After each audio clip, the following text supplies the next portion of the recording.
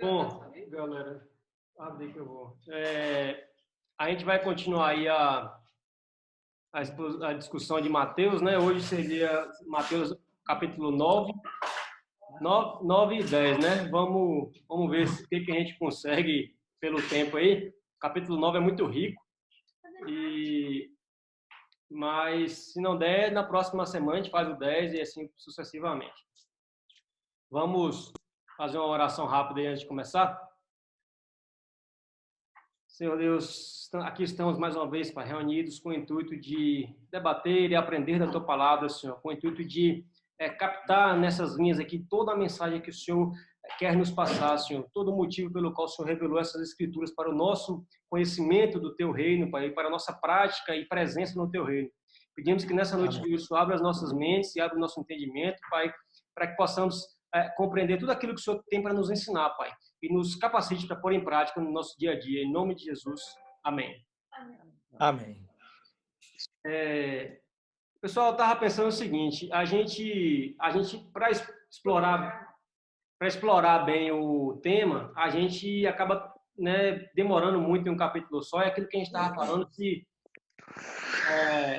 a gente vai um capítulo por dia aqui, a gente vai debater bem o capítulo, mas a gente nunca vai conseguir acabar. Então, eu pensei numa questão alternativa aí, para a gente aproveitar cada capítulo de Mateus e já fazer a exploração do texto dos evangelhos de Marcos e Lucas, especialmente, que são os sinóticos, da mesma descrição, porque aí a gente vai estar falando 3 livros ao mesmo tempo e com a descrição mais completa do assunto. Então, além de ficar mais rica a discussão, a gente vai juntar aí o tempo para que a gente não tenha que depois passar nesses evangelhos novamente, tá? Então, o capítulo 9, ele começa falando aí da cura de um paralítico. Eu vou fazer aqui um panorama e depois a gente vai comentando, quem quiser. Jesus estava, juntando aí os relatos de Mateus, Marcos e Lucas, Jesus estava em um local, pregando em um local, estava tão cheio de gente, que muitas pessoas iam procurá-lo por conta dos sinais que ele vinha fazendo, da mensagem que ele vinha pregando. Nós vimos que ele pregou lá no Sermão do Monte todas as questões das bem-aventuranças que a gente deveria seguir. E aí chega um pessoal trazendo um paralítico para que ele cure. Só que, quando esse pessoal encosta na casa, tinha tanta gente lá na casa que eles não conseguiram entrar, não conseguiram encostar em Jesus.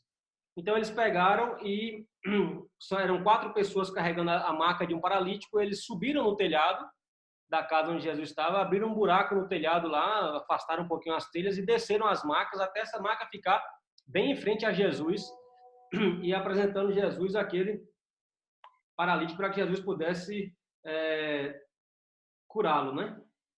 Então, aí Jesus olha para aquele paralítico e diz assim, os seus... Como é que fala?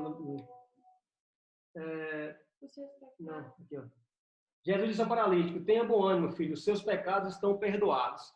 Depois disso aí, os fariseus que estavam ali, né, pensando, eles nem falaram, eles só pensaram que como é que Jesus tinha aquela audácia de fazer aquilo, porque só Deus poderia perdoar pecados. E que Jesus seria um grande herege por estar fazendo uma afirmação como essa, visto que ele não tinha autoridade para perdoar pecados. E Jesus, como conhecedor da nossa mente, do pensamento, mesmo sem os fariseus falarem, Jesus vira para eles e fala assim, por que vocês estão pensando isso? Lembrando que assim, os fariseus, eles questionaram isso por quê? Onde é que está a razão desse questionamento? Só Deus pode perdoar pecados, então esse cara é um herege. Ou seja, eles não olham para Jesus como Deus. Eles não olhavam para Jesus como Deus. E o engraçado é que não era só um fariseu. São os fariseus. Então é mais de um. E pensaram a mesma coisa. A propósito, assim, aproveitar o gancho nesse aí, os fariseus, eles eram, naquela época ali, o que eram os fariseus? Era como se fosse um partido político / religioso naquele período interbíblico ali, no período de Malaquias ali, né, no final de Malaquias até o início de Mateus, vamos dizer assim, aquela página em branco da Bíblia, significa um período de 400 anos em que não é que nada aconteceu naquele período, mas um período em que Deus não se revelou mais aos profetas como anúncio de punições e de bênçãos e de resgates do povo de Israel, como se revelava antes. Mas algumas coisas aconteceram. Tem alguns relatos históricos muito interessantes a respeito disso, inclusive da revolta dos Macabeus, que até está incluído no cânon da Bíblia Católica, não está na nossa, mas tem relatos muito interessantes, depois se quiser dar uma pesquisada. E aí, nesse período, surgiram algumas facções políticas, vamos dizer assim, alguns grupos políticos. Alguns que a gente vê citado no livro de Mateus aí, por exemplo, fariseus, saduceus, essênios, zelotes, por exemplo. São os 4 principais grupos políticos daquela época. Então, os fariseus, eles eram um desses grupos de pensamento político/religioso que tinham como principal característica a guarda irrevogável da lei de Moisés, sendo essa lei, a obediência a essa lei, o pilar fundamental para a salvação. Essa era a característica dos fariseus. Portanto, quando apareceu alguém como Jesus dizendo que era o Messias e ia fazendo todos esses sinais, eles não consideravam que um cara que chegou dizendo que o importante agora é a fé e não mais a lei, eles não olhavam para esse cara mais, eles não olhavam para esse cara como um eventual Deus. Então, quando ele chega e fala com o paralítico, seus pecados estão perdoados, os fariseus vão olhar e vão dizer assim, esse cara está pensando que ele é quem para perdoar pecados, né? Jesus, conhecendo o pensamento, vai e fala com eles, por que vocês estão pensando dessa forma? Por que vocês estão maldosamente pensando em seu coração? O que é mais fácil eu falar para o paralítico? Que os pecados dele estão perdoados? Ou é mais fácil eu simplesmente dizer para ele levantar e andar? Mas para que vocês saibam que eu, o Filho do Homem, tenho aqui na terra autoridade para perdoar pecados e para curar a doença, ele vira o paralítico e fala assim, levante, pegue sua maca, levante e vai embora. O paralítico pega a maca, levanta e vai embora. E aí, todos ficaram maravilhados com esse fato de Jesus, exceto os fariseus, que continuavam olhando para Jesus como um lunático, como um herege, né? Tá travando ou tá dando para ouvir legal? Tá bom. Beleza. Tá ouvindo legal. Certo. Então, eu achei curioso algumas coisas desse texto aí. A primeira é que parece que às vezes pode parecer que o nosso acesso a Deus é muito difícil, ou que tem muitas pessoas na nossa frente. Como esse pessoal que tentou ter acesso a Jesus, porém,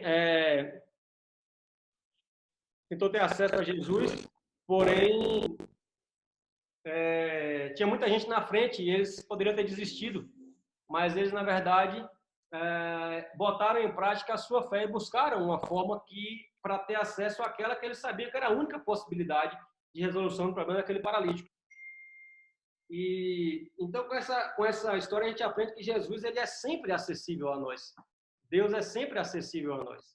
E o que torna Deus acessível a nós, da nossa parte, vamos dizer assim, é a nossa fé. O que nos faz ter acesso a Deus é a nossa fé.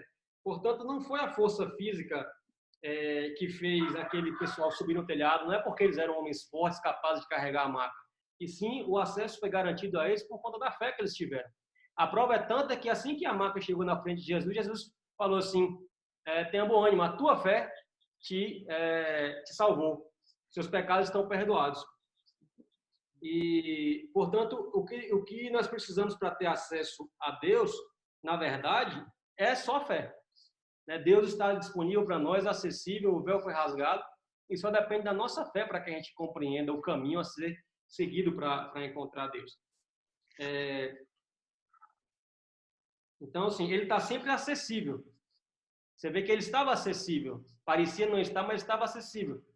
Então, só que somos nós que temos que ir até eles. Então, nós que temos que ter fé o suficiente para nos achegarmos a Deus e ele nos achegar a nós. Como diz em outro texto. Eles não conseguiram entrar nem pela janela nem pela porta e a única forma foi abrir E outra coisa curiosa que eu achei desse texto é que Jesus aqui ele claramente ele claramente atrela a doença do paralítico, a situação de paralítico que ele tinha, à sua fé. Tanto que ele atrela a fé do paralítico à sua melhora e ele atrela o perdão dos pecados à sua recuperação. Ou seja, Jesus, em outras palavras, quis dizer aos fariseus assim: se eu disser para o paralítico que os seus pecados estão perdoados, ou se eu disser levante-se e anda, a sua doença está curada, o resultado vai ser o mesmo. Né? Ou seja, Jesus claramente atrela aqui a doença dele à sua fé ou à sua falta de fé.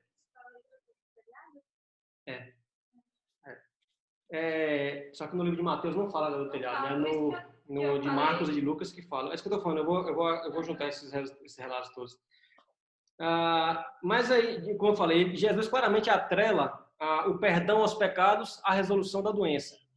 Mas eu não entendo que Jesus aqui quis dizer que a doença desse paralítico estava relacionada especificamente a um pecado. Ele está aqui por conta de um pecado.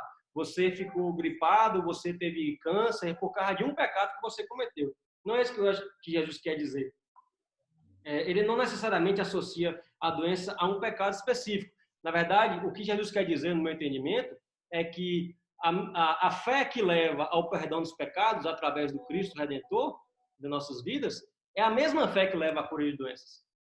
Então, assim, a mesma fé que aquele paralítico tinha, uma fé saudável, genuína, que ele tinha para a cura das suas doenças, era a fé que o levava a perdão dos seus pecados. Ou seja, uma fé que antes de levá-lo a procurar Jesus com um único objetivo específico de uma cura de uma doença, já tinha previamente transformado o seu coração. Porque a fé genuína de perdão de pecados é aquela fé que gera realmente transformação no coração. A fé, o perdão do pecado do paralítico só aconteceu na vigência de uma completa transformação de pensamento que leva a arrependimento e abandono desses pecados, dessa prática desses pecados. É verdade que o livro de Gênesis explica para a gente que a doença entrou no mundo pelo pecado. Então, assim, antes éramos saudáveis, imortais, perfeitos, a imagem e semelhança de Deus, mas depois que Adão e Eva pecaram, Deus os adverte. A partir de agora, vocês vão sofrer, vão etc, etc, etc. O Ranzão compartilhou a tela aí. O amor é lindo. Então, embora a gente saiba que a doença entrou no mundo por conta do pecado e da falta de fé, por consequência, né? A gente tem que ter cuidado para não parecer aqui que fulano está gripado é porque está desviado, é porque está em pecado, é porque não sei o que. A doença não quer dizer necessariamente que é consequência de um específico pecado seu. Na verdade, o que a gente tem que entender é que a mesma fé que leva à resolução da doença é a fé que leva ao perdão de pecados. Então, ainda que a doença não venha por conta de um pecado, a doença veio para que a sua fé seja edificada e você se abstenha do pecado. Não sei se eu fui claro nessa interpretação, porque para mim Jesus deixou claro aqui o perdão dos pecados, a doença e a fé estão todos atrelados nesse cenário aí desse paralítico. Certo? Ou seja, a doença não veio relacionada especificamente a um pecado seu, mas ela veio para que a sua fé seja edificada e, por consequência, você se abstenha do pecado. Então, de uma forma ou de outra, tudo está entrelaçado. Concordam? Discordam? Comentários? Não? É igual que o professor falava, quem acha que sim, levanta a mão. Quem acha que não, levanta a mão. Quem não acha nada, levanta a mão. Todo mundo levantar. Beleza, então, o pastor está aí, né? Se quiser fazer um comentário, pastor, será uma grande honra aí. Bom, vamos seguir. Então. Depois, aí o chamado de Mateus, né? Capítulo 9. Décio. Oi. Tá, deixa eu fazer um comentário. Peraí, eu não sei. Ligou meu microfone? Tá, tô ouvindo. Ah, tá. Então, é sempre muito atual discutir esse fato do paralítico, porque a gente não tem que associar também só uma doença, só a uma doença, só ao fato de não tenho acesso aos movimentos da minha perna, né? Dá para a gente relacionar também outras coisas que nos paralisam, que paralisam a nossa fé. Não é só, por exemplo, o movimento de um membro inferior, porque se a gente for partir por esse lado é algo muito, muito seco, muito lógico. E eu acho que Deus a todo tempo na Bíblia quer nos mostrar o mundo em um capítulo, sabe? O mundo em um versículo. E ele, esse fato fala comigo profundamente a respeito disso.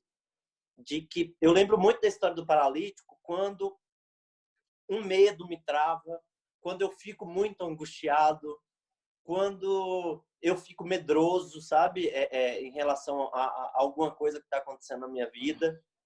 E eu peço a Deus, assim, fortaleça a minha fé, sabe? Senhor, tira isso porque isso está me paralisando. Isso está me impedindo de avançar. E se for a falta de fé, aumenta a minha fé. E eu acho que vale sim. Quanto a outra questão que assim, me fez refletir muito, eu não estou comentando e estou parado, é porque a cabeça está girando. Tá muito proveitoso. Outro aspecto é esse modelo arcaico, né, anterior ao véu rasgado, que muita gente ainda insiste em praticar, que é de atribuir ao outro a responsabilidade de sua fé, ou atribuir ao outro a responsabilidade de suas bênçãos, do seu acesso a Deus, né? Onde se tinham pessoas responsáveis por falar com Deus, pessoas dignas para falar com Deus. E a partir do momento que esse véu foi rasgado, a gente tem acesso direto, a gente tem acesso constante, né, ao Espírito Santo, através do Espírito Santo. Então, acho que... E muitas vezes a gente se vê pensando dessa forma. A gente, todo mundo. Eu vou pedir fulano para orar porque ele tem mais fé, ele é mais íntimo com Deus. Eu vou pedir fulano para orar porque ele é mais crente. Eu acho que a oração dele vale mais, sabe? Quando na verdade não, a gente não precisa. Mas e assim, ok, a oração do justo pode muito em seus efeitos, mas seja o justo, sabe? Para que a sua oração tenha efeito, para que a sua oração surta efeito. Não responsabilize o outro por sua bênção, sabe? Porque o responsável pela nossa bênção é só um, é só aquele que está nos abençoando o tempo todo, até quando a gente não pede, quando a gente não vê, quando a gente não agradece, quando a gente não percebe. É isso. Muito obrigado.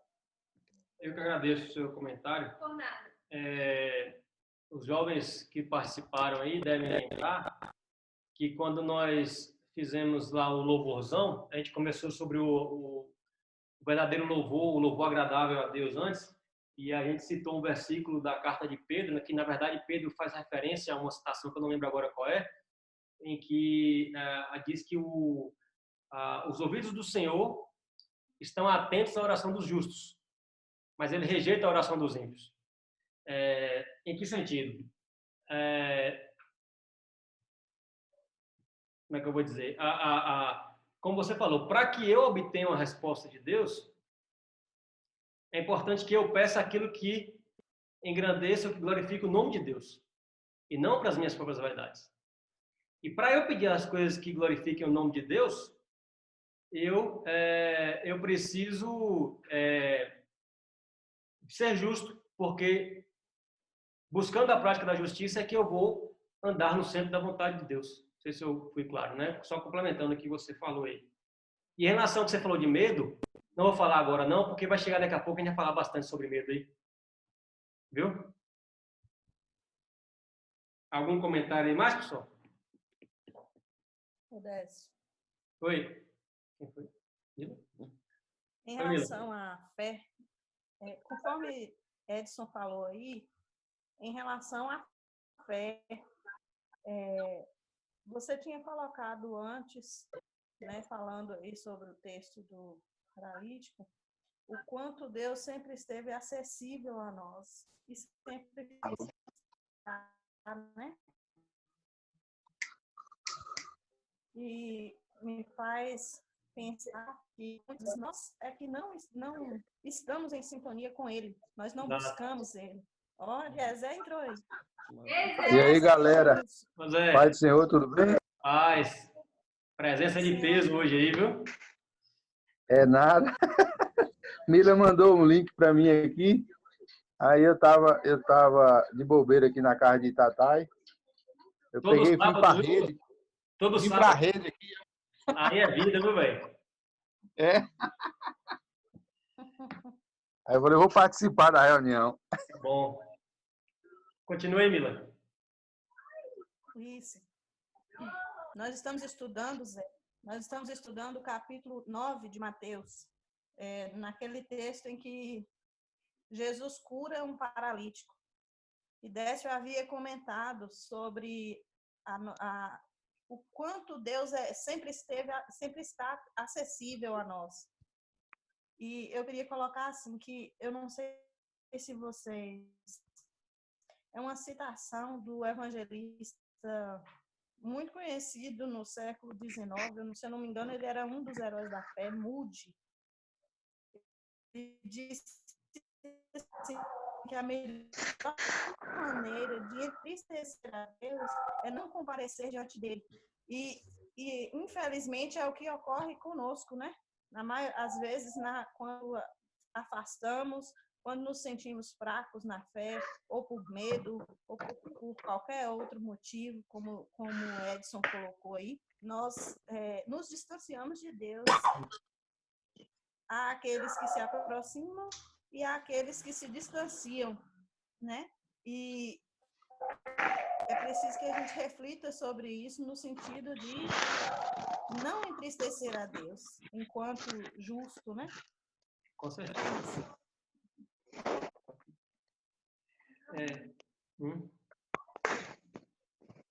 Tô ouvindo baixinho. José, se você quiser desligar o vídeo e ficar com o celular no ouvido aí... Melhora, né? Ou então você aumenta o volume aí, porque como você achar melhor.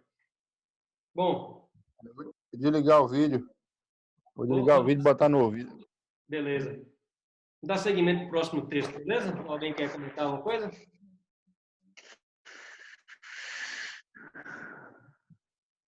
Bom, o próximo texto... Eu vou ficar quietinho. Oi? Hoje eu vou ficar quietinho. Tô só escutando. O próximo texto, então, vai nos contar aí do chamado de Mateus, né? Que nos livros de João nos livros de Marcos e Lucas, é citado como Levi. É o outro nome que a Bíblia se refere a Mateus, aí, mas é a mesma história. Vai contar a história aí que Jesus estava passando, chamou Mateus para seguir, e Mateus foi seguir. Só que Mateus era um publicano. O que é um publicano? Um publicano é um cobrador de impostos. É aquele cara que era igual Zaqueu. Lembra de Zaqueu? Publicano? Eles eram mal vistos pela população porque tinham famas de roubar o povo nesses impostos. Então a galera não gostava dos publicanos, abominava esses publicanos. E Jesus vai escolher um publicano para ser discípulo dele. Chama Mateus, me siga, Mateus vai sair. Como Mateus era publicano, Jesus foi para a casa de Mateus para jantar. E jantando com eles estavam outros publicanos e também o que na minha versão pelo menos está aí como pecadores entre aspas, ou seja, aqueles pecadores que eram chamados de pecadores pelos fariseus. Mas de fato todos nós somos pecadores. Estão sentados pecadores entre aspas porque como se os fariseus não fossem e aqueles fossem. Então, sob os critérios deles eram diferentes deles, porque eles não eram pecadores, mas aqueles eram. E eles sentados à mesa lá, jantando com Jesus e com Mateus. Então os fariseus vão e questionam por que Jesus come com publicanos e pecadores. Jesus vai e responde, quem precisa de médico são os doentes, eu vim para chamar justos. Não vim para chamar justos, mas sim pecadores. Né? Eu acho que se encerra aí já, né, o texto. Aí, trazendo para uma interpretação, que na minha interpretação, né? Para mim, Jesus deu uma lição fenomenal nos fariseus, tipo um tapa de luva aí. Só que o tapa foi tão de luva, e Jesus gostava muito de fazer isso, né? Falar de forma enigmática, que os fariseus não entenderam. Que Jesus falou assim, é o seguinte, fariseus, eu vim para buscar os pecadores, não vim para buscar justos, não vim para chamar justos, não. Quem precisa de médico são os doentes, não são os saudáveis. Então, fariseus, vocês que se consideram saudáveis e justos, não se preocupem, eu não vim chamar vocês. Eu vim chamar aqueles que são pecadores. Porque quem acha que não é pecador, quem acha que é justo, quem acha que é saudável, não precisa de Jesus. Quem acha que consegue justificar a si mesmo com a obediência às leis, ou por conta própria, não precisa de Jesus. E essa era exatamente a descrição dos fariseus. Eram aqueles caras que achavam que a sua salvação, a sua justificação era exclusivamente por obediência à lei. Não eles até achavam que viria o Messias, mas eles eram tão centralizados na sua obediência à lei que eles não identificaram quando o Messias chegou. Por que eles achavam que viria o Messias? Porque a lei dizia isso, o Velho Testamento, né, a Escritura dizia isso, as profecias. E eles acreditavam, só que eles estavam tão cegos na sua autojustificação que não perceberam quando o Messias chegou, mesmo se manifestando para eles de forma tão evidente. Então Jesus vira e fala assim, olha, vocês que são justos e perfeitos e bonzões, eu não vim para chamar vocês porque vocês não precisam de mim. Eu vim para chamar aqueles que reconhecem que precisam de mim. Ou seja, o sacrifício de Jesus só diz respeito à minha vida se eu humildemente reconhecer que eu preciso desse sacrifício, que eu sozinho não consigo me justificar, que eu sozinho não consigo ter merecimento para entrar no reino dos céus. E os fariseus não pensavam dessa forma. Então, eles foram questionar Jesus sobre isso.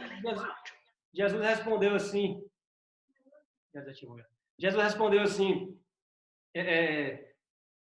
vocês estão questionando aí, mas sobre vocês eu não tenho parte com vocês aí, porque o que eu vim buscar não foram vocês. O que é que eu aprendo com isso? Que a gente tem que sempre exercitar a nossa humildade e nunca nos esquecermos de que dependemos completamente desse sacrifício, porque não somos capazes sozinhos. Os fariseus erraram por pensar que eram capazes sozinhos.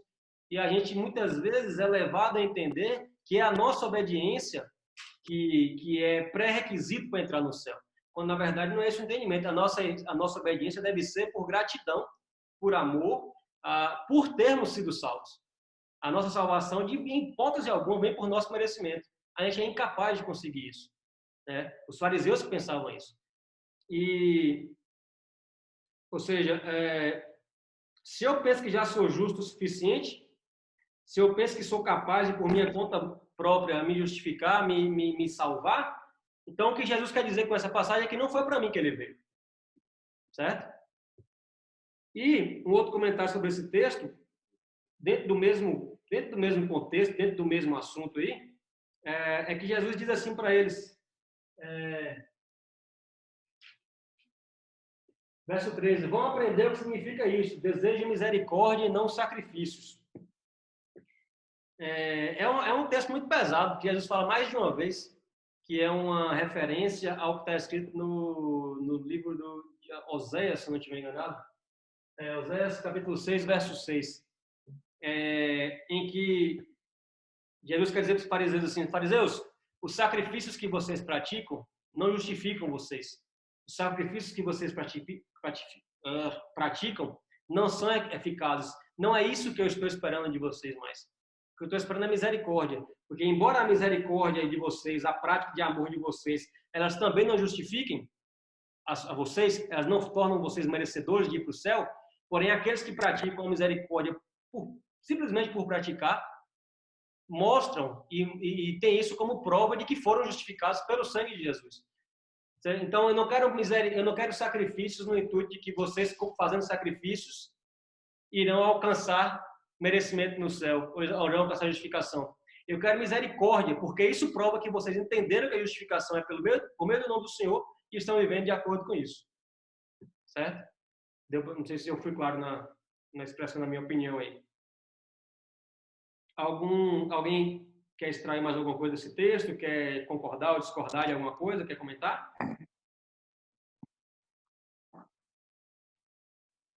Para que eu sente à mesa para jantar com Jesus, usando aí o exemplo que ele deu nesse texto, Aqueles que sentaram à mesa para jantar com Jesus, para ter refeição com Jesus, para cear com Jesus, são aqueles que se reconhecem pecadores, humildemente se reconhecem pecadores e, por consequência, entendem a necessidade enorme do próprio Jesus para que eu seja justificado. É a única possibilidade de justificação. O tempo está acabando aí, viu? Vai encerrar e começar outra.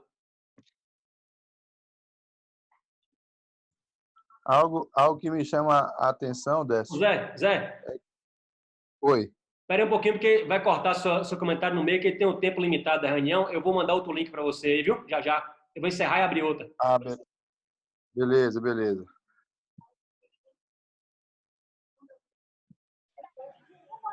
Pode falar, Zé. Pode ser o Irá. Uma coisa que eu observo no texto e que a gente é lição de vida para nossas vidas é que muitas vezes a gente quer viver no sacrifício e não aprende a viver em misericórdia, na dependência de Deus.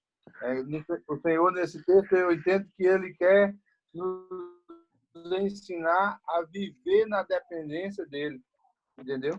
Quando Ele diz, eu quero misericórdia e não quero sacrifício, porque eu não vim para chamar justos, mas pecadores, mas sim pecadores. Então, o que Ele quer, o que é viver na dependência de Deus, é realmente crer que Ele é soberano sobre nossas vidas. É saber depender, não querer. Muitas vezes o ser humano... É como o nome do seu cavalo? Como é o nome? Tem interferência. Muitas vezes... Oi. Desativei. Pronto. Muitas vezes o ser humano quer resolver a situação, quer resolver a sua vida por si próprio e não sabe depender de Deus.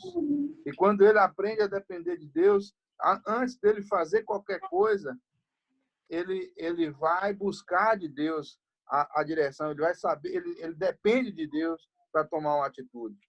E é na nossa incapacidade, né, na incapacidade do ser humano, é aí que surge a oportunidade de Deus agir. Porque enquanto o ser humano está fazendo alguma coisa, é como se Deus afastasse e ficasse só olhando para ele, deixasse quebrar a cara. A verdade é essa, deixa quebrar a cara para que ele possa aprender a reconhecer que ele precisa depender de Deus. Né? É isso que eu consigo tirar para mim, para a minha vida, do texto. Isso é que é não viver em sacrifício, né? Não, é tentar, ao máximo, aprender a viver na dependência de Deus. Exato. E justamente porque a única possibilidade de você agir com misericórdia é por influência de Deus. Porque Exatamente. por própria capacidade, a gente não teria essa virtude, vamos dizer assim.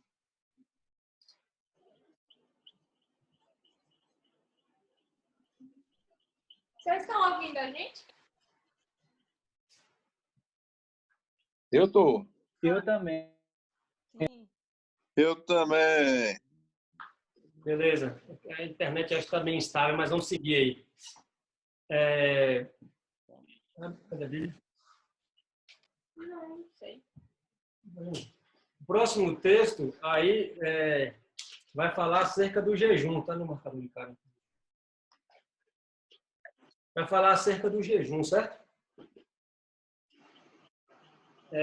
E aí ele vai dizer lá que Jesus estava lá, comendo lá com os discípulos, e aí é a partir do verso 14. E aí, juntando aí a descrição de Mateus, Marcos e Lucas, a gente eu vou somar tudo isso aí, né? Vai dizer lá que Jesus estava lá comendo com os discípulos, e aí vieram alguns discípulos lá de João e de João Batista, né? E discípulos dos fariseus. E aí eles foram questionar Jesus e falaram assim: Jesus, por que os discípulos, nós discípulos de João e dos fariseus jejuamos e os seus discípulos vivem comendo e bebendo para lá e para cá, não jejuam? Aí,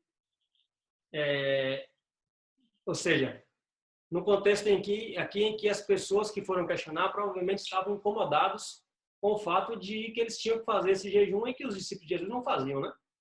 Então, incomodados com isso, eles vão perguntar a Jesus. Aí Jesus responde assim, olha, eles não jejuam porque o noivo está com eles. Como podem os convidados dos noivos jejuarem, ou no caso, Lucas e João, bota jejuarem. Para mim. Mateus bota entristecerem, né? E os outros dois botam jejuarem, mas no contexto aí. Como é que podem os convidados do noivo jejuarem se o noivo está com eles? Mas vai chegar o tempo em que o noivo vos será tirado e então eles jejuarão. Vou primeiro comentar essa primeira parte aqui, o que eu entendi, depois passo para a segunda parte, que é uma parte um pouco mais complexa aí. O que eu entendo? Se Jesus fala com os discípulos, com esse pessoal que questiona por que eles não jejuam, ele fala, não jejuam porque o noivo está com eles, com isso a gente compreende o objetivo do jejum. Qual é o motivo do jejum? Qual é o princípio bíblico para o jejum? E o princípio bíblico para o jejum é receber mais da presença do noivo, que em tempos de Novo Testamento é manifesta pela presença do Espírito Santo. Portanto, o motivo bíblico do jejum, explicado nesse texto aí, e claramente também explicado para quem tiver curiosidade depois, Isaías 58 explica muito bem sobre isso. O objetivo do jejum é que eu enfraqueça a minha carne e, por consequência, fortaleça o Espírito Santo que habita em mim. Busque as coisas que fortaleçam o Espírito. Então, se o objetivo do jejum é buscar mais presença do noivo, e o noivo Jesus explica que por esse motivo não havia razão para eles jejuarem naquele momento. Quer dizer que se eles jejuassem estariam pecando? Não penso dessa forma, obviamente que não.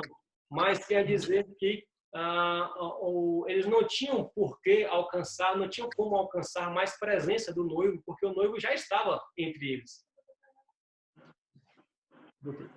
O noivo já estava entre eles. Então, essa é a resposta que Jesus dá para eles. Só que aí volta o que a gente tinha entendido antes. Esses fariseus, e pelo contexto aí, talvez alguns discípulos de João nesse primeiro momento, não entendiam que o noivo estava ali. Eles não entendiam que o noivo estava presente entre eles. Eles achavam que era apenas uma pessoa, mais uma pessoa. Né? Então, quando a gente entende que o objetivo do jejum é buscar a presença do noivo, Jesus responde que eles não tinham que jejuar naquele momento, porque o noivo já estava com eles. Mas vai haver um momento em que esse noivo vai ser retirado, ou seja, Jesus vai morrer, ressuscitar e subir aos céus, e aí o jejum vai ser necessário para que esse noivo se faça presente entre nós através do Espírito Santo. Certo? E aí, depois disso aí vai vir uma parábola. Jesus vai dar a parábola do vinho e do tecido, que é uma parábola que, no meu entendimento aqui, na minha concepção, para que a gente compreenda ela, a gente tem que levar em consideração esse contexto aí. Qual é o contexto? Pessoas que estavam incomodadas porque Jesus não jejuava, porque os discípulos de Jesus não jejuavam, e porque eles não perguntavam, eles não faziam perguntas para Jesus com o objetivo de obter respostas e formar o seu entendimento. Eles faziam perguntas para Jesus com o objetivo de confrontar Jesus, tentando colocar Jesus em contradição para tirar o crédito de Jesus com aquelas pessoas. Esse era o objetivo desses fariseus que interpelavam Jesus com esse tipo de perguntas. Então, eles vão e perguntam a Jesus por que os discípulos dele não jejuavam. Jesus vai e responde isso que a gente acabou de debater. Possivelmente, eles não entenderam o que Jesus quis dizer, ou eles não concordaram. Aí, Jesus vai e fala a parábola do... Vou ler aqui como está na minha versão. Ninguém põe remendo de pano novo em roupa velha, pois o remendo forçará a roupa, tornando pior o rasgo. Nem se põe vinho novo em vasilha de couro velha. Se o fizer, a vasilha arrebentará, o vinho se derramará e a vasilha se estragará. Ao contrário, põe-se vinho novo em vasilha de couro nova e ambos se conservam. Ou seja, como é que a gente... Eu já busquei muitas explicações para essa parábola até chegar a esse entendimento que eu vou tentar passar para vocês, que é a forma como eu entendi, e aí quero ouvir os comentários de vocês depois. Jesus chega para os fariseus, vou já tentar, entre aspas, traduzir, né, da forma como eu entendi. Jesus chega para esses fariseus e diz assim, olha, é o seguinte, vocês estão vestidos com roupas velhas, porque vocês são velhos no entendimento. Se eu der a vocês uma roupa nova, não adianta você pegar a roupa nova, cortar um pedaço de pano e cobrir o buraco das roupas que vocês estão usando, onde vocês acham que precisa ser coberto. Hã? Então, remendo. Não adianta você pegar a roupa nova, cortar, ao invés de você trocar de roupa, você pega a roupa nova, corta um pedaço e cobre só o buraco que você acha que tem que cobrir. Isso não vai adiantar. Por quê? Porque o tecido velho não vai aguentar a firmeza do tecido novo, de forma que vai rasgar a roupa. E quando você cortou um pedaço da roupa nova, você estragou a roupa nova. Então, nem vai prestar a nova e nem vai prestar a velha se você pegar pela metade. Da mesma forma, eu não posso pegar vinho novo e colocar em odre velho ou em bolsa de couro velha, como tem em algumas versões. Por quê? Porque a bolsa de couro velha não suporta o vinho novo. O vinho novo vai entrar na bolsa velha e quando esse vinho novo for fermentado para ficar vinho velho, virar vinho propriamente alcoólico, ele vai dilatar por conta da produção de gás da fermentação, essa bolsa não vai segurar e vai romper. E aí você vai estragar o vinho novo e vai estragar a bolsa velha. Pelo contrário, se coloca vinho novo em bolsa de couro nova,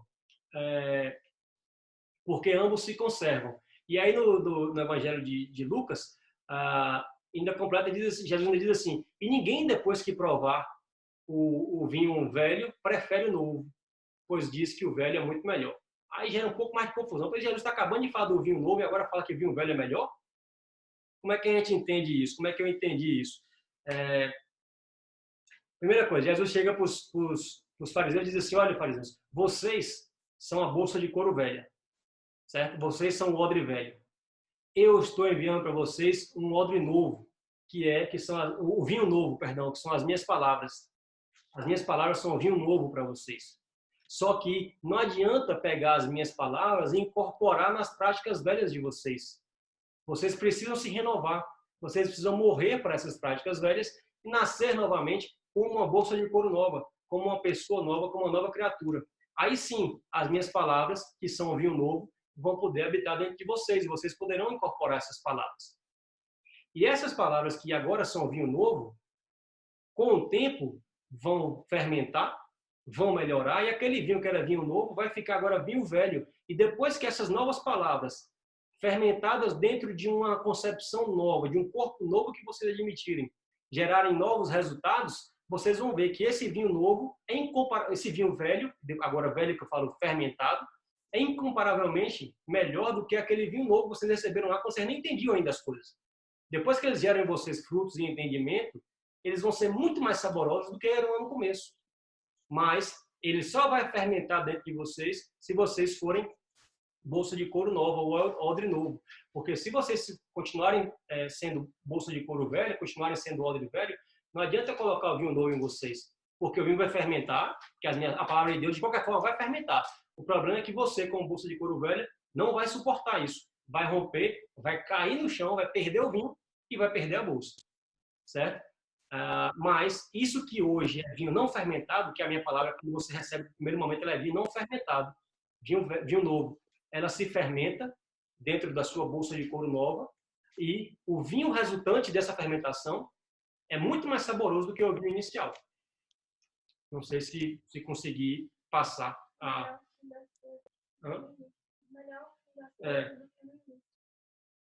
Então, ou seja,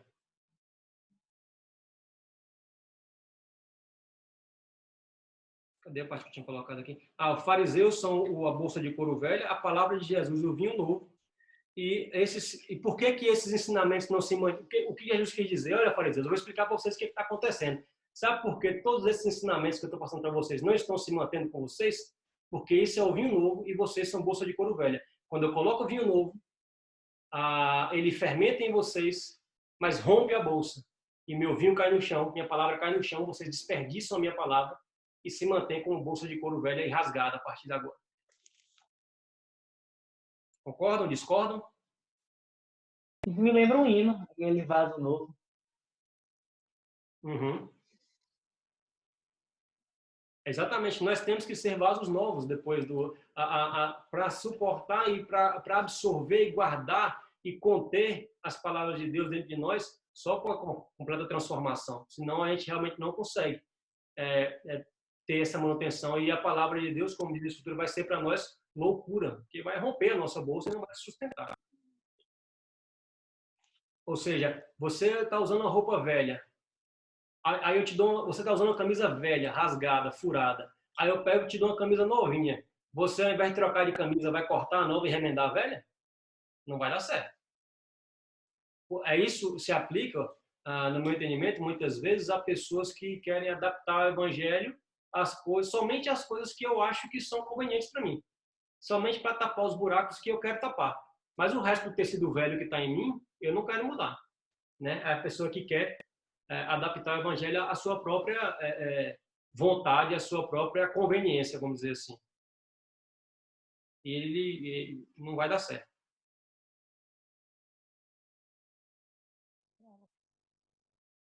Voltando ao tema do jejum bíblico... Cortou o áudio aí ou foi o meu?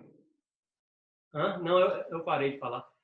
Voltando ao tema do jejum bíblico aí, como eu falei, né, o objetivo bíblico do jejum não é a obtenção de resposta de Deus, não é a obtenção não é o fato que eu vou jejuar e mover e com o intuito de fazer Deus mudar de ideia, como se o jejum fosse um sacrifício nesse sentido, né? A gente acabou de ver que Jesus não quer sacrifício e sim misericórdia.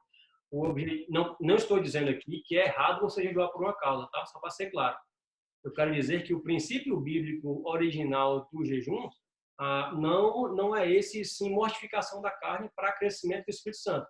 E eu estou falando isso aqui de novo porque, para chamar vocês, próxima aula da quarta-feira, próximo culto de quarta-feira, a palavra vai ser exatamente luta da carne contra o Espírito. E eu gostaria muito que vocês participassem, tá? Algum comentário mais sobre essa passagem? Mãe, desse? Eu achei uma passagem tão complexa que eu achei que um monte de gente ia discordar de mim ou falar coisa diferente e tal. Pessoal... Zé, você tá calado? Zé, Mila, Edson. Eu acredito que a lição aí é essa mesmo, Décio. E o novo ensino da graça de Cristo, ela não pode ser contida dentro das velhas formas da lei. Né? O que você colocou aí, os fariseus queriam ajustar o ensino de Cristo à sua realidade, ao que lhe fosse conveniente. Né?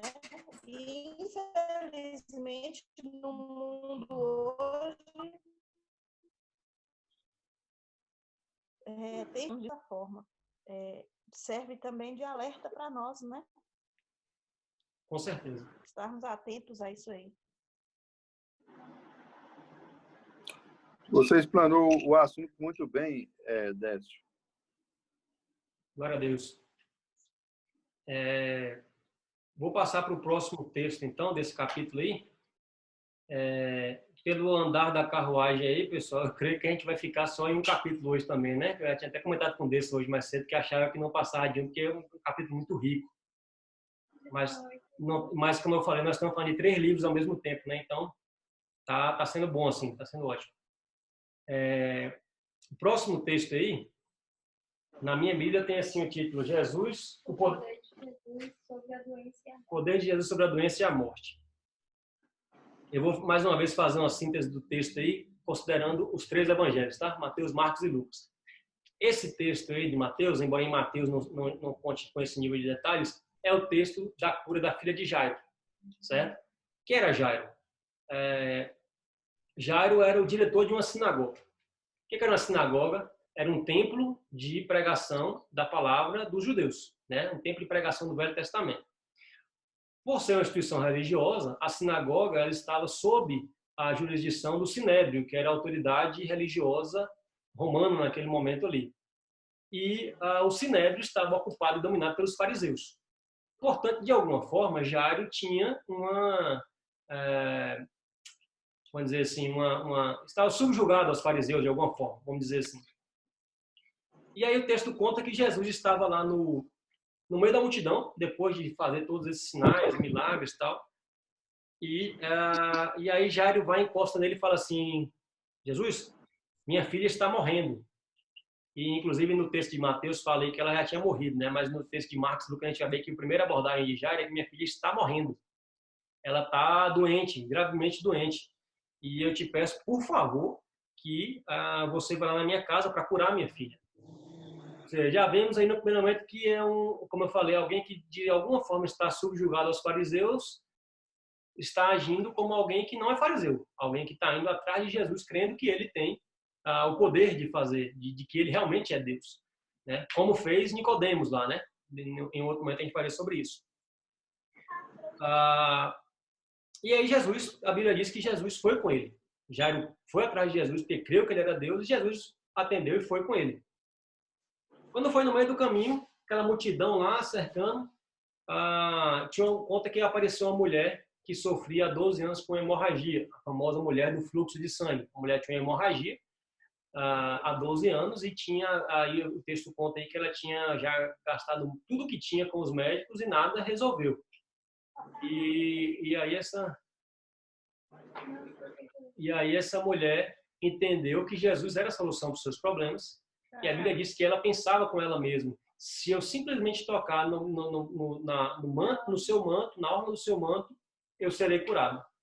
Ou seja, ela teve isso mostrava que ela tinha muita fé em Jesus. Ela não precisava nem que Jesus falasse com ela, bastava que ela tocar ali. E aí ela foi no meio da multidão para fazer isso. E aí os discípulos ali protegendo Jesus, tá? Ela foi, se abaixou ali, tocou no manto de Jesus, e a Bíblia conta que imediatamente ela foi curada.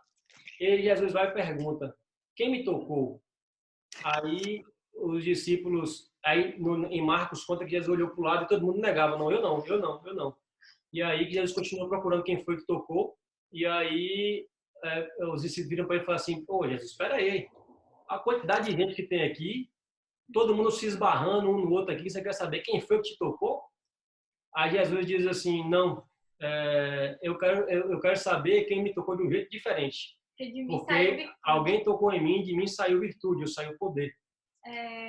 Eu ouvi uma pregação uma vez, e essa pregação me marcou muito. Que a mulher que tinha o fluxo de sangue, naquele tempo, ela tinha que viver separada da família, né? Por conta do fluxo de sangue. Todas as mulheres que estavam nesse período precisavam ir para um lugar separado da família, da sociedade. Exatamente, elas eram consideradas imundas.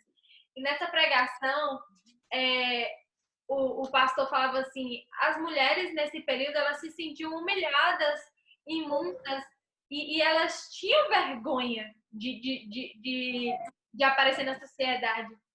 E essa mulher do fluxo de sangue, quando ela foi disfarçada, vamos dizer assim, parafraseando ou imaginando, ela foi disfarçada para as pessoas não saberem que ela era, porque muita gente de fato sabia o que é que ela estava passando por ela viver longe da família dela, né?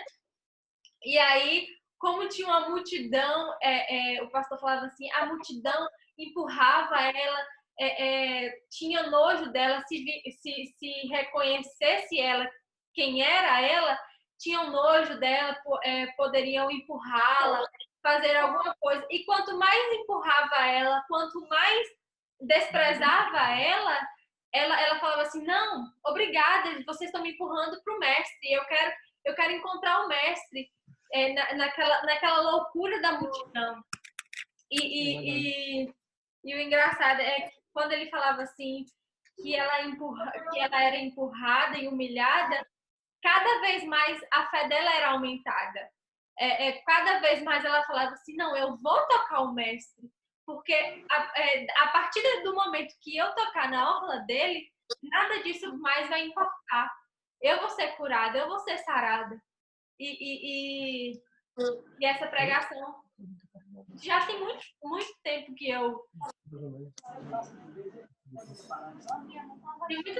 escuto escutei essa pregação e ela ficou gravada em mim como um exemplo de fé, que mesmo a gente vivenciando períodos de humilhação, de sofrimento, de distanciamento mesmo das pessoas que a gente ama, como nós estamos vivendo hoje,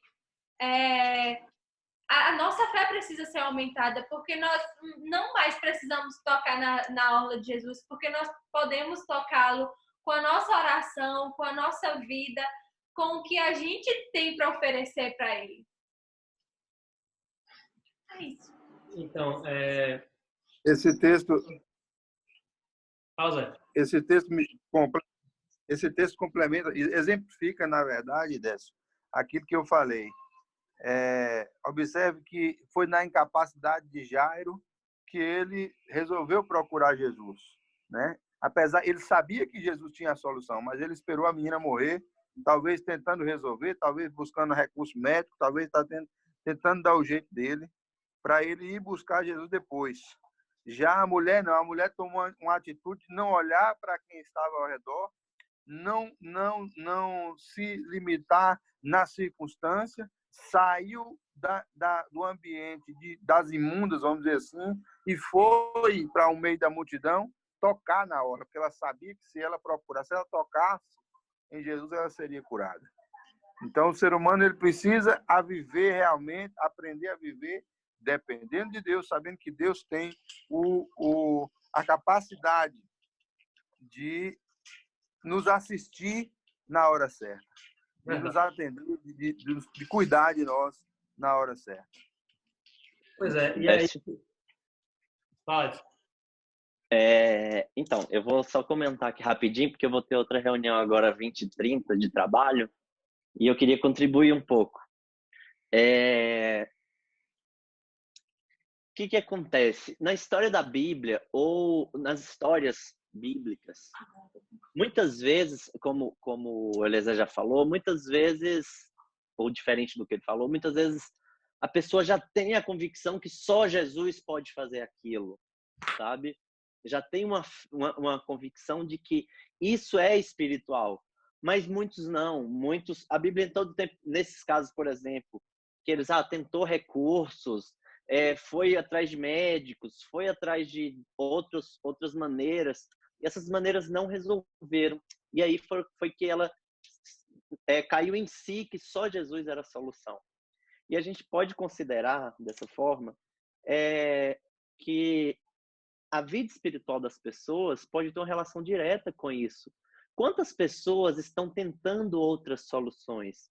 Quantas pessoas estão num momento diferente do nosso, que é reconhecer que só Jesus é a solução? Buscando na fonte errada. Isso. E quantas vezes nós não compreendemos e não respeitamos essas pessoas? Quanto a essas pessoas, cabe a elas, cabe ao Espírito Santo convencê-las, cabe a elas reconhecer o poder do Salvador, mas muitas vezes nós não fazemos o que cabe a nós, que é não subjugar. Muitas vezes nós subjugamos o momento que aquela pessoa está enfrentando. Muitas vezes nós subjugamos o fluxo de sangue, a hemorragia das pessoas, sabe? Mas eu posso contribuir? Talvez não, né? Talvez, porque assim, quem que vai saber se essa pessoa é um odre novo? Para eu chegar com o meu vinho novo e contribuir com isso. Mas eu posso ser usado. Não, assim, deixa eu só terminar. Eu posso ser usado. É uma pergunta mesmo, que depois você responde. Segura aí. Então, assim, quem que sabe que, assim, quando é o momento do odre novo? Não é o Espírito Santo, assim, cabe a nós trabalharmos, cabe a nós levarmos a palavra, mas quem realmente sabe quando é que essa pessoa está no estado de odre novo mesmo, para que o vinho novo chegue e faça diferença na vida dela e que ela renda bons frutos e que seja um bom vinho, é o Espírito Santo de Deus. Assim, na história da Bíblia, o que eu percebo é que era um povo extremamente discriminatório, não só nessa questão, por exemplo, nas questões de morrer. Isso é só para a gente pensar, não precisa responder. Será que a gente não tem isolado as pessoas hoje pelo passado, pela condição, pela doença, sabe? Pelas atitudes dela. Então, acho que cabe a nós refletir e mudar o que está no nosso coração. E talvez a gente esteja perdendo muito tempo. E é subjetivo. E eu não estou dizendo que é algo que dê para controlar, porque como eu acho que eu já falei, muitas vezes eu mesmo me pego julgando alguém assim pela roupa, pela aparência, e eu automaticamente falo, opa, peraí, não tem nada a ver com a vida dos outros. Essa Tipo, roupa é dela, ela usa. Foi, né? Ela usa. Oi. Tipo o show que a gente foi. Pois é. Então, assim, eu me pego subjugando alguém no meu, assim, naturalmente. Pera, a roupa é dela, ela comprou com o dinheiro dela, você não tem nada a ver com isso, ore pela vida dela. Entende? Eu só queria... Então, eu acho que, assim, essas histórias me fez pensar muito sobre isso, principalmente a questão do odre, sabe? De sermos vinho novo para alguém, mas como saber? Porque se eu sou um vinho novo, se eu trago o vinho novo, que é a palavra, para alguém que não está pronto para receber, que é um odre velho, sabe? Eu destruo a vida dessa pessoa, digamos assim. Esse odre, ele é destruído. Não é você que destrói a vida da pessoa. Eu discordo nesse sentido. A questão é a seguinte, todos nós somos odre velhos até que o Espírito Santo nos transforme em odre novo. Uhum. A pergunta que eu te faço é, independente de subjugar tal, por que aquela mulher procurou a Jesus? Pela fé, pela esperança. Mas de onde é que veio a fé dela? Como é que ela soube que Jesus existia? Pelo que ela ouviu. Como é que ela sabe que Jesus existia e estava fazendo todas aquelas coisas? Uhum. Pelo que ela ouviu. Alguém falou com ela, certo? Então, mas antes mesmo, isso, eu concordo, mas foi o Espírito Santo que a convenceu. Antes mesmo de tocar em Jesus, ela sabia que ela iria ser curada. Ela já tinha convicção e a fé dela de que ela iria ser curada. Só que as pessoas vão conhecer esse Espírito Santo através da nossa palavra. Deus vai nos usar para isso. Nós somos os instrumentos de Deus para isso. Sim, mas muitas vezes, o que eu quero dizer é que muitas vezes, por conta própria, sem a condição do Espírito Santo, nós colocamos tudo a perder. Seja através do nosso exemplo, seja através da nossa... Nós não colocamos tudo a perder. A gente é incapaz de fazer isso. A gente é capaz de ganhar e a gente é incapaz de colocar tudo a perder. A gente tem somente que fazer a nossa responsabilidade, a nossa função. Então, mas é isso. Mas assim, repare no que eu estou te dizendo. Eu não tenho responsabilidade nenhuma sobre a salvação, sobre a perdição de ninguém. Sim. Eu não estou dizendo isso. Mas eu estou dizendo que a gente coloca em um mau tempo a palavra de Deus e a reputação de Jesus. De uma certa forma... Perceba uma coisa. Nós tivemos uma discussão no capítulo anterior sobre não lançar... ele caiu. Nós tivemos uma discussão sobre não lançar o que é sagrado aos cães e nem lançar pérolas aos porcos. Ainda no capítulo seguinte, capítulo 10, nós vamos falar sobre bater a poeira dos pés e ir embora. Existem algumas pessoas que não vão receber mesmo o evangelho. Tá? E aí, teologicamente falando, existem alguns debates de explicações por que algumas pessoas não compreendem esse assunto. Mas não cabe a mim definir isso daí. O que cabe a mim é cumprir a minha responsabilidade como cristão de acordo com a ordem que Jesus me deu. Pregue o evangelho a todas as criaturas. Certo? Então, se eu preguei o evangelho para alguém e ele não se transformou em odre novo, rasgou e rompeu, e aquele evangelho que era para fazer bem, para fermentar na vida dele, virar vinho velho, caiu ao chão, não fui eu que destruí a vida dele. Foi ele que se destruiu. Entendeu? Então, não é que eu vou botar ele numa situação difícil. A minha função é levar esse evangelho. Essa mulher só chegou a Jesus porque alguém falou com ela. Portanto, agora eu concordo com você. Nós não podemos julgar, especialmente se a gente estiver falando do julgamento hipócrita, né? Que nós falamos também na última discussão. Que eu acho que eu fui mal interpretado. Eu não posso julgar a gota de sangue que sai da mulher quando tem uma hemorragia saindo de mim. Sim, eu acho que eu fui mal interpretado de como a forma com que levamos, não se levamos ou não. Exemplo, eu já ouvi muito assim dizer que eu que não quero ser crente como fulano, olha lá, fulano me diz isso, mas faz aquilo. Então assim, é justamente de nós termos a consciência cristã de que nós somos de uma certa forma responsáveis pelo que chega no outro. Sabe? Nós somos, de uma certa forma, uma referência pelo que o outro pretende ser. Eu, por exemplo, busco agir ou ter uma compreensão das pessoas que me formaram espiritualmente. Nós, né, assim, a gente costuma... o que eu quero dizer é que nós podemos estar sendo a referência para alguém e que muitas vezes nós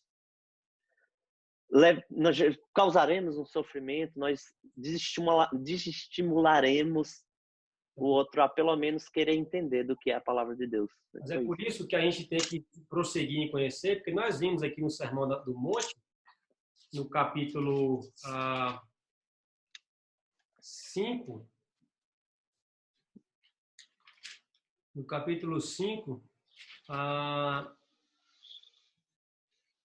que fala alguma coisa, não lembro exatamente qual é o versículo agora, mas que, aqui, ó, todo aquele que desobedecer a um desses mandamentos, ainda que dos menores, e ensinar os outros a fazerem o mesmo, será chamado menor do reino dos céus. Portanto, a sua função, e como nós vimos também lá quando fala que nós somos luz do mundo, é que nós temos que ser luz para que as pessoas vejam em nós as boas obras e glorifiquem a Deus através da nossa vida. Então, essa é a nossa responsabilidade. Se nós estamos sendo referência para alguém, que seja referência boa. Agora, cada um tem a responsabilidade de analisar as suas referências. Se a sua referência não estiver embasada na Bíblia, aí errado está você que está se referenciando também algo que está fora da Bíblia, entendeu? Eu entendi o que você quer dizer, mas quando a gente fala de uma pessoa aqui que nós estamos levando uma palavra que a pessoa nunca ouviu, eu não tenho como saber quem é odre velho ou odre novo, ou quem vai se transformar em odre novo. Eu não tenho como saber quem é cão e porco e quem não é cão e porco. Eu tenho que levar a todos, mas nem todos aceitarão, entendeu? Nem todos receberão. Sim, mas assim, o que eu quis dizer também é que não é responsabilidade, a gente é um meio. Não, a sua responsabilidade é levar o evangelho, não é converter, não é salvar a pessoa. A sua responsabilidade é levar o evangelho. Concordo. Quem Isso salva mesmo. ou não é santo. Tá, e eu realmente vou precisar ir, deu o meu horário, mas você é uma excelente referência para mim. Obrigado por isso. Me analise nas escrituras. Mas assim, analiso, pode deixar, estou fazendo isso. Inclusive analiso discordando, concordando, contribuindo, e assim a gente vai construindo. Eu nunca tive por objetivo que você concorde comigo em tudo. Você sabe que eu não concordo em tudo mesmo. Eu deixo bem claro isso. Enfim, obrigado, pessoal. Obrigado. Deus abençoe. Continue a discussão. O povo vai pensar que a gente está brigando. Mas não estamos. A gente... Obrigado por essa comunhão. Eu agradeço muito a Deus. Ele briga, eu não, pessoal. Então, muito obrigado. Deus abençoe. Continue a discussão e quando for orar, orem por mim, tá? Depois veja no YouTube o resto do vídeo, viu? Deus abençoe. Pode deixar, vou ver. Mas pena que eu não vou poder, discutir. Vai com Deus. Amo vocês. Tchau. Galera, pode parecer incrível, mas já deu mais 40 minutos aqui, viu? Vai encerrar de novo. Eu vou abrir mais um para a gente finalizar, pode ser? É porque eu vou embora. Isso é sinal que, já deu. Eu não posso perder mais. Vou voltar aqui à parte de Jairo, certo? Então, quando a gente estava falando, a mulher tocou em Jesus. Depois disso aconteceu, Jesus começou a perguntar como tocou. E os discípulos falaram, não, rapaz, um monte de gente tocou em você, está tudo apertado, esbarrando aí, não tem como saber quem te tocou, não. Aí Jesus falou assim, não, mas alguém me tocou de um jeito diferente aqui, porque de mim saiu o poder, eu quero saber quem foi essa pessoa. A pergunta é, será que Jesus não sabia quem foi? Claro que Jesus sabia quem foi. Jesus sabia que aquela mulher ia tocar nele. Jesus sabia que aquela mulher ia sair de casa para ir lá tocar nele. Jesus passou por esse caminho porque sabia que aquela mulher está lá e ele passou por esse motivo. Então, lógico que Jesus conhecia tudo isso. Então, por que Jesus perguntou quem me tocou? Eu penso que Jesus queria justamente mostrar que os discípulos vissem. Estão ouvindo? Tá meio cortando. Sim. Jesus queria que os discípulos vissem que alguém tinha tido uma fé diferente, alguém tinha tocado diferente, que todos aqueles seguidores vissem. Tanto que aí o livro de Lucas conta que aquela mulher viu que não ia passar despercebida e ela se jogou aos pés de Jesus num ato de humilhação. E aí, naquele momento, ela falou com Jesus que tinha tocado era ela e contou na presença de todos o que tinha acontecido, o que ela sofria, do que ela foi curada. E aí, através disso, todos ficaram maravilhados, né? E glorificaram o nome a Deus. Como tudo que Jesus fez, todos os seus sinais que ele fez e faz até hoje, são sinais que visam primariamente a glória do nome do Pai. E com isso, Jesus fez todo aquele povo glorificar a Deus. E aí, depois disso aí, o que aconteceu? Nesse contexto aí, lembra que Jesus estava indo curar a filha de Jairo, que estava doente, né? Nesse momento aí... Oi.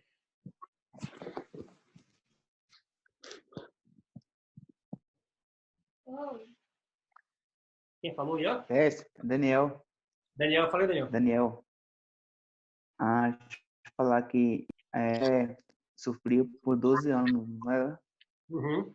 E, por coincidência, a filha de Jairo também ela tinha 12 anos de idade.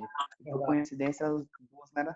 Ela sofria por 12 e a filha de Jairo tinha 12 anos e havia falecido.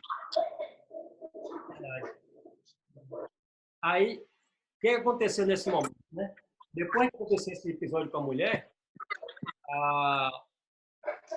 chegou um pessoal da casa de Jairo e falou assim, Jairo, seguinte, pode deixar Jesus em paz aí, não incomoda ele mais não, porque eu sou filho de Deus. Só que, logo para Jairo, que tinha acabado de ver uma manifestação gigantesca do poder de Jesus. Jairo tinha acabado de ver como Jesus tinha poder sobre a doença. E aí vieram para Jairo e falaram, desiste, ele vai morrer, pode deixar para lá, não manda Jesus mais não. Aí Jairo acabou de ver uma manifestação do poder de Deus, Jairo não vai duvidar, né? Mas assim, Jairo teve medo. Diante disso aí, Jairo teve medo. Por que eu digo que Jairo teve medo? Porque Jesus virou para Jairo e falou assim, Jairo, não tenha medo, somente creia. Mas foi depois. Aí resultado. O que eu entendo? Como Jesus tratou nesse momento, aquilo que tratou de posição a sua fé.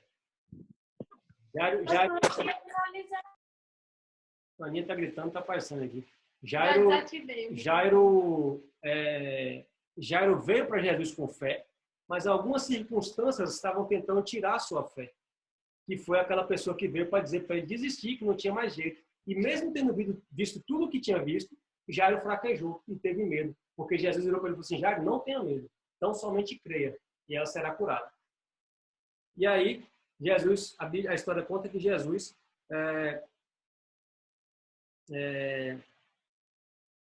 vai com Jairo para a casa dele, né? E aí, quando chega lá, encontra um monte de gente. E na porta da casa, o pessoal chorando e tal. E aqui a gente entende que provavelmente era aquela galera que era contratada para chorar no velório, né? As famosas carpideiras. Uma prática antiga aí que tinha, ainda tem até tempos recentes, ainda tinha aí, né? Então, só para concluir aqui, a gente tem que prestar atenção, pessoal, que às vezes a falta de fé não é incredulidade. A falta de fé, às vezes, o oposto da fé é o medo. Jairo teve medo e Jesus quis tirar o medo de Jairo. E quando chegou lá, que encontrou aquela quantidade de gente desesperada chorando, mais um cenário que poderia chegar, Jairo olhar, ver aquele povo desesperado chorando e contribuir com o seu medo, ou seja, com a sua falta de fé. Mas Jesus chegou lá para, assim, sabendo que Jairo poderia fraquejar na fé, Jesus virou e falou assim, por que estão chorando?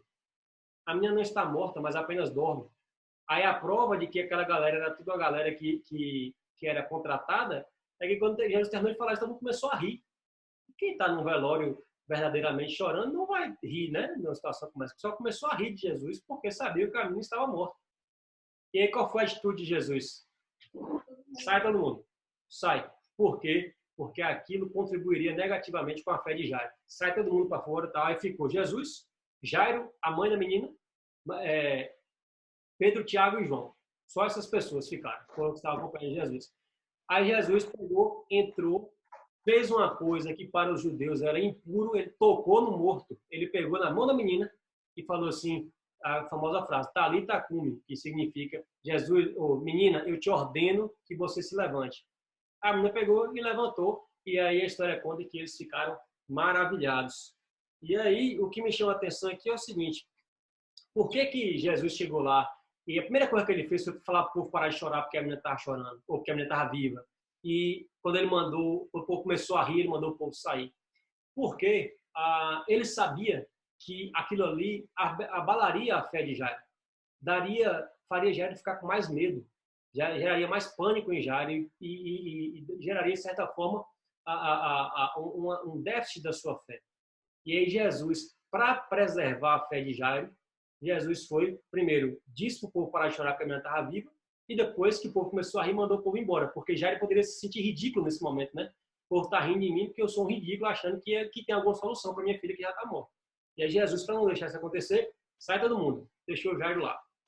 O que eu estou querendo dizer com isso aqui não é que Jesus dependia da fé de Jairo para fazer o que ele queria fazer. Jesus não dependia da fé de Jairo. Jesus não fez aquilo porque Jairo teve fé. Jesus fez aquilo porque ele bem quis fazer. A nossa fé nos aproxima de Jesus. A nossa fé assim, Jesus não depende. Tipo assim, eu queria muito curar aquela menina, mas o meu poder é limitado pela falta de fé do pai dela. Não é isso que eu acho que a Bíblia quer ensinar. O que eu acho que a Bíblia quer ensinar é que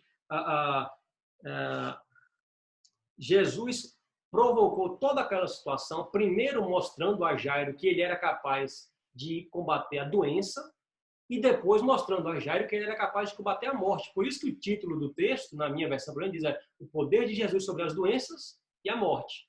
Primeiro ele curou uma doença. Em Jesus, por que a filha de Jairo morreu no caminho? Porque o intuito de Jesus, desde o princípio, não era curar aquela menina, era ressuscitar aquela menina, para que ele mostrasse a forma ilimitada do seu poder. Então, o objetivo de Jesus em deixar tudo isso acontecer era edificar a fé daquela família. Não porque ele dependia daquela fé, mas é porque era o seu objetivo edificar a fé daquela família. E Jesus escolheu edificar a fé daquela família. E para quê? Para que através dessa fé daquela família, o nome do Pai fosse glorificado, como mais uma vez eu reitero, que no meu entendimento sempre foi o objetivo de Jesus, glorificar o nome do Pai. Então Jesus mandou todo mundo sair de casa, ficou só ele, os discípulos e os pais, e depois que a menina foi curada, todo mundo ficou maravilhado.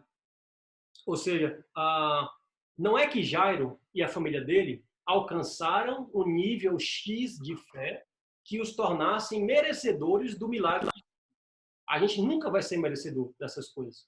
Porque Jesus não dependia que Jairo alcançasse esse nível de fé para fazer alguma coisa. Jesus queria as duas coisas. Jesus queria que Jairo tivesse fé e Jesus queria curar a menina, ou ressuscitar a menina, e ele ressuscitou.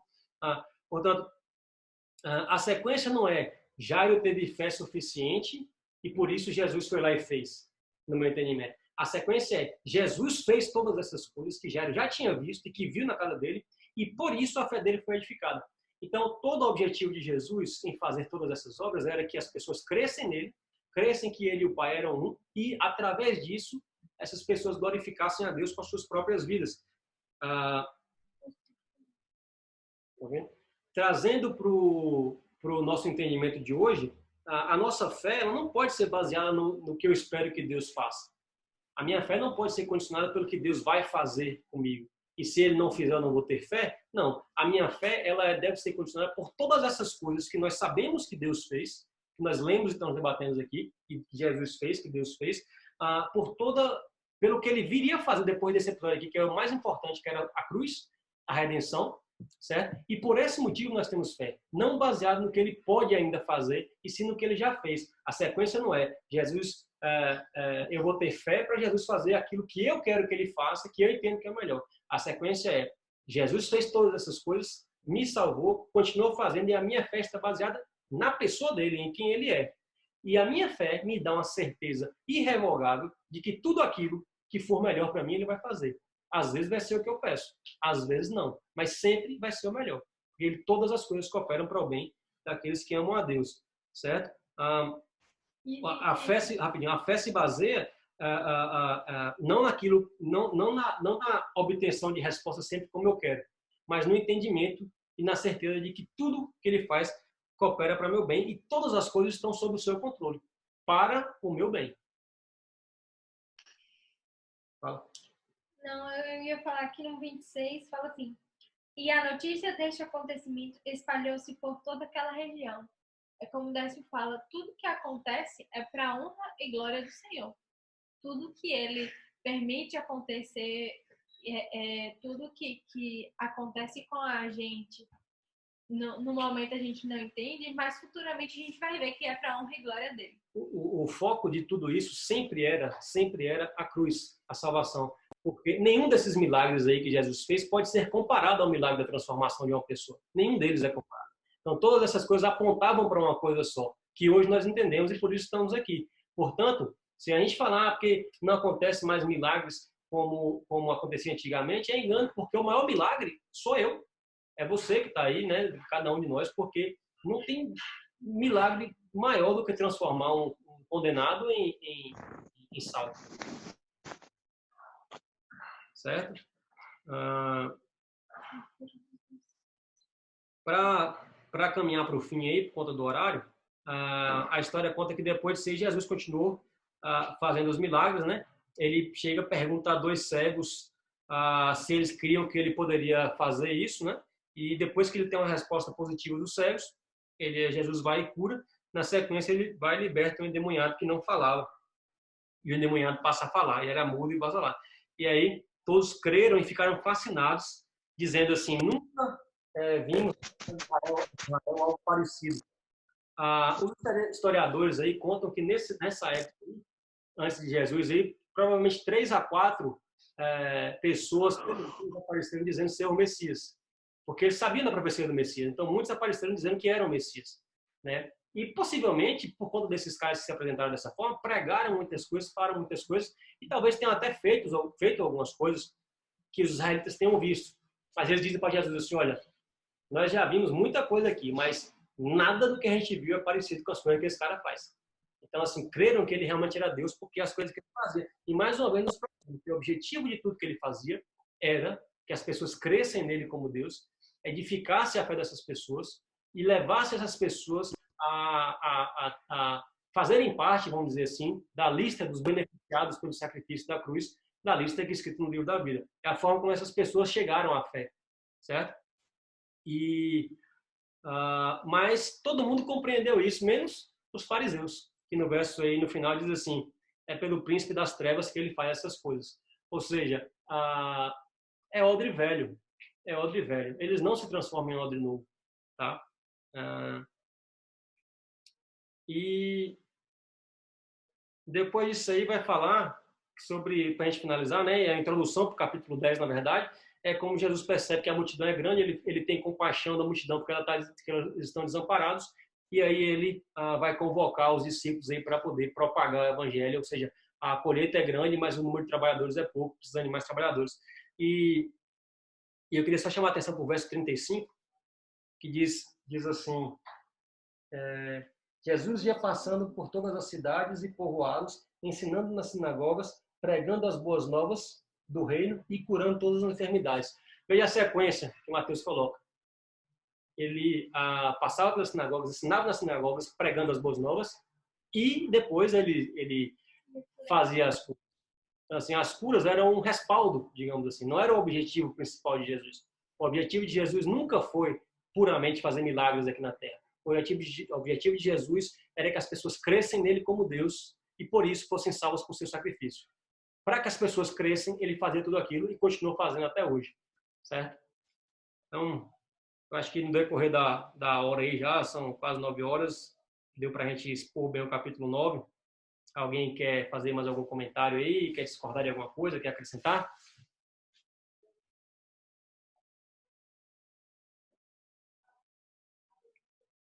Estão ouvindo? Estou. E aí, ó, quer falar o quê? Não, hoje eu já estou só escutando. Pessoal, mais alguém quer falar alguma coisa aí, não?